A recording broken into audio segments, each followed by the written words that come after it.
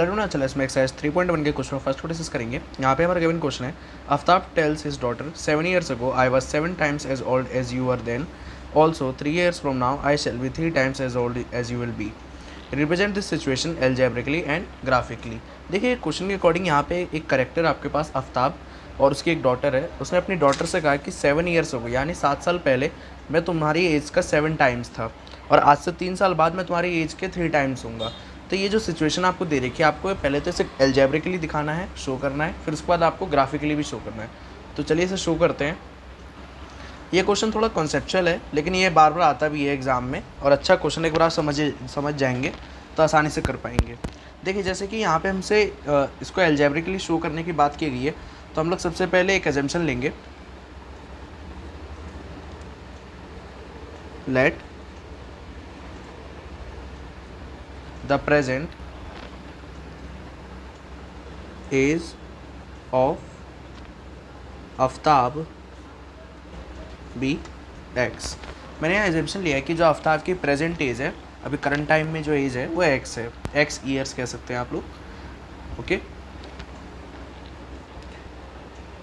Late the present age of Aftab's daughter be y. एक और assumption लिया कि जो आफ्ताब की जो डॉटर है उसकी प्रेजेंट एज वाई है। ओके, अब हम लोग क्वेश्चन में देखते हैं। क्वेश्चन के अकॉर्डिंग यहाँ पे कहा गया है कि आपको 7 years मतलब कि 7 साल पहले, 7 years अगो दे रखा है, 7 years अगो। देखिए एज ऑफ आफ्ताब मतलब कि 7 साल पहले आफ्ताब की एज क्या होगी। अभी जो प्रेजेंट एज है उसमें से आप 7 years माइनस कर दीजिए, है ना, यही होगी। और अगर एज डॉटर की बात करें तो उसकी एज भी 7 years आप माइनस कर दीजिए।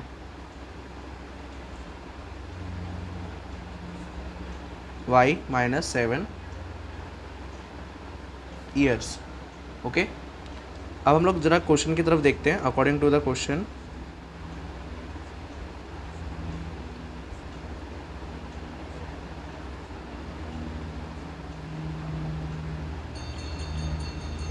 आप लोग अगर क्वेश्चन में चेक करें तो आफ्ताब ने ये कहा था अपनी डॉटर से कि 7 साल पहले मैं तुम्हारी एज का 7 times होऊंगा। तो देखिए आफ्ताब की एज है x माइनस 7, 7 साल पहले 7 years अगो, और ये अपनी डॉटर की एज से कितना होगा 7 times, मतलब इसका 7 से मल्टीप्लाई, y माइनस 7। ये हो गई इसकी इक्वेशन। थोड़ा सॉल्व करते हैं और x minus 7 as it is, 7 को अंदर मल्टीप्लाई, 7y माइनस 7 इंटू 7 49। एक तरफ ले आते हैं हम सब सारे डिजिट्स को, या फिर कांस्टेंट टर्म राइट साइड ले आते हैं। x माइनस 7y इधर आ गया, माइनस का 7 उधर ले जाइए, माइनस 49, और ये माइनस उधर गया तो प्लस का 7, x minus 7y equal to minus 42। Okay, ये आपकी इक्वेशन 1 बन गई। और आप इसको थोड़ा नोटिस करेंगे तो यही हमारे एल्जेब्रिकली इसको जैसे शो करना था, हम लोगों ने सिचुएशन को वैसे ही दिखाया है। अब हम लोग सेकंड सिचुएशन पे आते हैं। देखिए इस बार सेकंड सिचुएशन में एक छोटा सा चेंज है कि इन्होंने क्या करा है, अब जो बात की गई है, जो प्रेजेंट टाइम है, अब वो आगे लेके गए 3 years फ्रॉम नाउ, मतलब कि 3 साल बाद। ओके, आप इसको लिख सकते हैं 3 year hence या फिर 3 years later, 3 years later। Okay, age of Aftab, Aftab की उस समय एज क्या होगी। देखिए अभी प्रेजेंट एज है x, तो 3 साल बाद क्या हो जाएगी x प्लस 3, और डॉटर की एज भी हम लोग देखते हैं,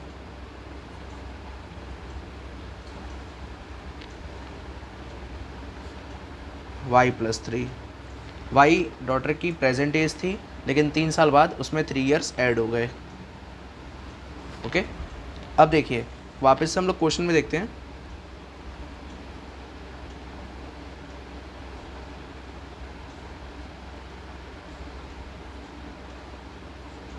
अकॉर्डिंग टू द क्वेश्चन, इस बार आफ्ताब ने कहा था अपनी डॉटर से कि 3 साल बाद उसकी जो एज होगी आफ्ताब की एज, वो उसकी डॉटर से 3 times ज़्यादा होगी। जैसे कि x plus 3 as it is रहा, आफ्ताब की एज 3 ईयर्स लेटर, ये किसकी इक्वल हो जाएगी, 3 टाइम्स हो जाएगी उसकी डॉटर की एज के, ये कहा था उसने। इसे और सॉल्व करते हैं, x plus 3 as it is, 3 का यहाँ अंदर multiply, 3y plus 3 into 3 9, y वाले टर्म को यहाँ ले आइए लेफ़्ट साइड में और कांस्टेंट टर्म को राइट साइड ले जाइए, 9 माइनस 3, प्लस का 3 था उधर गया माइनस बन गया।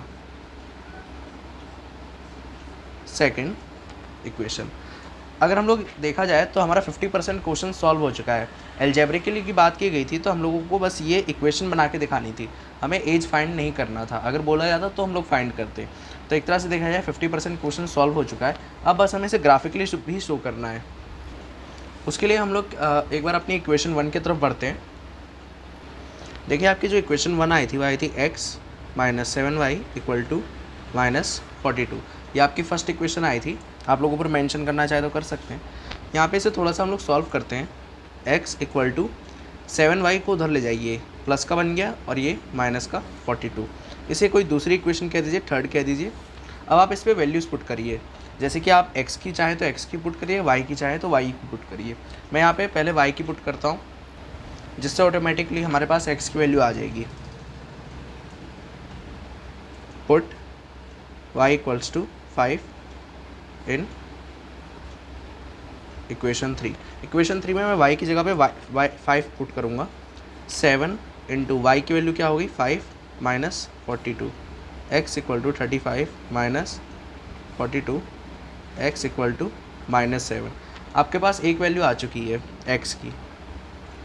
पुट y इक्वल टू, इस बार हम लोग क्या करते हैं, वैल्यू 6 पुट कर देते हैं इन इक्वेशन 3। ओके, यहाँ पे मैं थोड़ी वैल्यू बड़ी लेके चल रहा हूँ y की, जैसे 5 लिया, 6 लिया, 1 2 इसलिए नहीं ले रहा क्योंकि यहाँ पे रखेंगे तो माइनस में डिजिट थोड़ी बड़ी आ जाएगी ना, इसलिए नहीं ले रहा। 7 इंटू, इस बार 6 रखना है, माइनस 42, 7 6 जा 42 minus 42 which is equal to 0। Put y equals to 7 in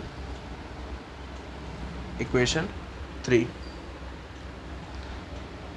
x equal to 7 into y की जगह पे आपको 7 पुट करना, minus 42, 49 minus 42 which is equal to 7। So आपके पास x की वैल्यू 7 आ चुकी है। अब इन वैल्यूज़ को हम लोग एक टेबल के ज़रिए शो करते हैं। जैसे एक तरफ हम लोग x लेते हैं, एक तरफ y। हम लोगों ने जो भी वैल्यूज़ पुट करी थी, जैसे y में हम लोगों ने फर्स्ट इक्वेशन में पुट करा था 5, जिससे कि x की वैल्यू निकल के आई थी -7। इस तरह से इस टेबल को बनाते हैं, आप लोग 8th क्लास से बनाते आए हैं। y की जगह पे हम लोगों ने 6 रखा तो x की वैल्यू 0 आ गई, y की जगह पे 7 रखा तो x की वैल्यू 7 आ गई। इस टेबल को बनाने से क्या होता है, थोड़ा सिस्टमेटिक हो जाता है हमारा तरीका, जिससे हम लोग ग्राफ आसानी से बना सकते हैं। अब एक बार हम लोग सेकंड इक्वेशन पे भी देख लेते हैं। सेकंड इक्वेशन आपके पास थी x minus 3y is equal to 6, ये आपके पास सेकंड इक्वेशन थी। इसे आप थोड़ा सा सॉल्व करते हैं। x equal to 6 plus 3y को उस साइड ले जाइए, फोर्थ इक्वेशन कह देते हैं इसे। पुट y इक्वल्स टू, इस बार हम लोग y की वैल्यू जैसे 0 रख देते हैं इन इक्वेशन 4। आपको कोई वैल्यू रटनी नहीं है, आप अपनी मर्ज़ी से कोई भी वैल्यू चाहें पुट कर सकते हैं। 6 प्लस 3 इंटू वाई की जगह पे 0 पुट करना है, 0, तो x की वैल्यू यहाँ आ जाएगी 6, 3 0 जा 0, कोई वैल्यू बचेगी नहीं इसलिए 6 बच गया। इस बार हम लोग पुट करते हैं, माइनस में कोई वैल्यू ले लेते हैं, जैसे -1 ले लेते हैं mean equation 4।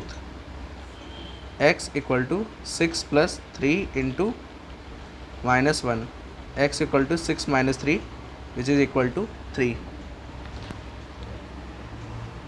Put y equals to -2, इस बार ले रहे हैं हम लोग in equation 4, x equal to 6 plus 3, y की जगह पे -2, x equal to 6 minus 3 into 2 6, x equal to 0। So इसके लिए भी सेम हम लोग टेबल ड्रॉ करते हैं। देखिए हम लोगों ने यहाँ पे टेबल ड्रॉ कर लिया, एक तरफ x एक तरफ y।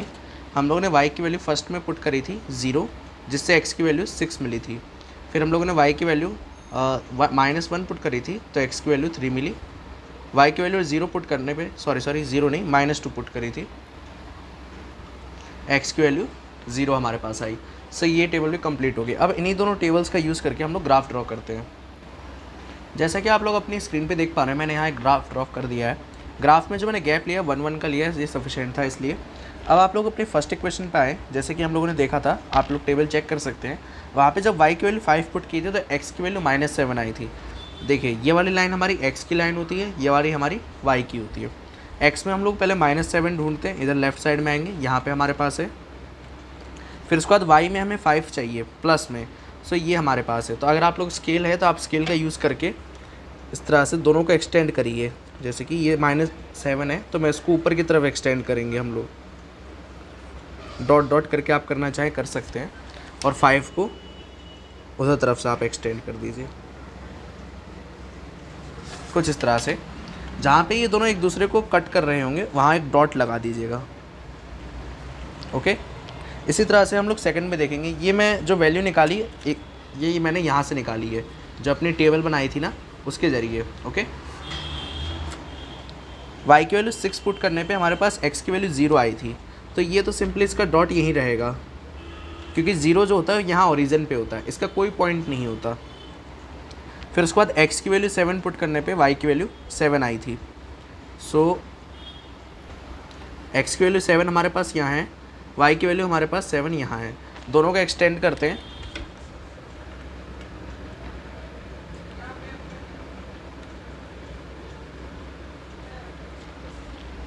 इसे आप ज़्यादातर कोशिश करिएगा डॉट डॉट लाइन से ही करने के लिए, क्योंकि बाद में जाके हमें एक परमानेंट लाइन ड्रॉ करनी होती है इक्वेशन की, तो कन्फ्यूज़न हो जाता है कई बार। देखिए ये पॉइंट कुछ यहाँ पे आ रहा है। ओके, अब देखिए आपके पास ये जो 3 डॉट्स है इन्हें मैच कर दीजिए किसी स्केल के ज़रिए। थोड़ा ध्यान रखिएगा एक्यूरेसी का, कुछ इस तरह से। ओके, आपने देखा। अब आप क्या करिए, यहाँ साइड में कहीं पे भी इसका आप नेम दे सकते हैं। जैसे कि ये जो इक्वेशन थी हमारी किसकी थी, x - 7y = -42। मैं यहाँ इसका नेम देता हूँ। आप लोग इस तरह से यहाँ इस साइड कहीं पे भी आप लोग जहाँ पे भी लग रहा हो लिख सकते हैं। ओके, साथ ही में अगर पॉइंट को मार्क करना चाहे तो कर सकते हैं। जैसे हमारा पॉइंट था -7,5, ये पॉइंट था 0,6 और ये था 7,7। इस तरह से आप मार्किंग भी कर सकते हैं। लेकिन अभी हमारे पास सेकंड इक्वेशन अभी भी बची है, just a second. Second equation में y की वैल्यू 0 पुट करने पे x की वैल्यू 6 मिली थी। सो हम लोग यहाँ पे चलेंगे, y हमारा 0 यानी ओरिजिन से शुरू होगा, x की वैल्यू 6 यानी ये पॉइंट। फिर हमारे पास y की वैल्यू -1 थी तो x की वैल्यू 3 आई थी। सो ये रहा, ये 3 हमारा x की तरफ, y की तरफ -1, दोनों को अगर एक्सटेंड करें तो यहाँ एक पॉइंट मिल जाएगा। और y की वैल्यू -2 पुट करने पर x की वैल्यू 0 थी, तो ये तो -2 यहीं रहेगा। इसे भी अब आपके पास 3 डॉट्स आ गए हैं, आप मैच करना चाहे तो कर सकते हैं।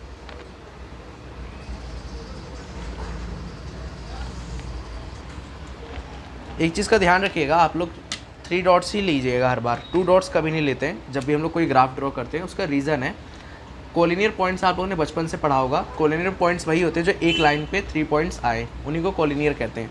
इसलिए जब भी कोई ग्राफ ड्रॉ होता है ना तो 3 पॉइंट्स के साथ ही होता है, उससे कम में नहीं होता, वरना फिर वो लाइन बन जाती है, लाइन सेगमेंट। अब हम लोग यहाँ पे इसका नेमिंग कर सकते हैं। जैसे ये इक्वेशन थी हमारे पास, x - 3y = 6। ओके, अगर आप इन पॉइंट्स का नेम देना चाहें आप दे सकते हैं। जैसे हमारा पॉइंट था, फर्स्ट पॉइंट 6,0 था। ये ध्यान रखना होगा आप लोगों को। कॉमा के लेफ़्ट साइड में x की वैल्यू होती है, कॉमा के राइट साइड में y की वैल्यू होती है, ध्यान रखिएगा। इसमें भी गलती होगी तो नंबर कट सकते हैं।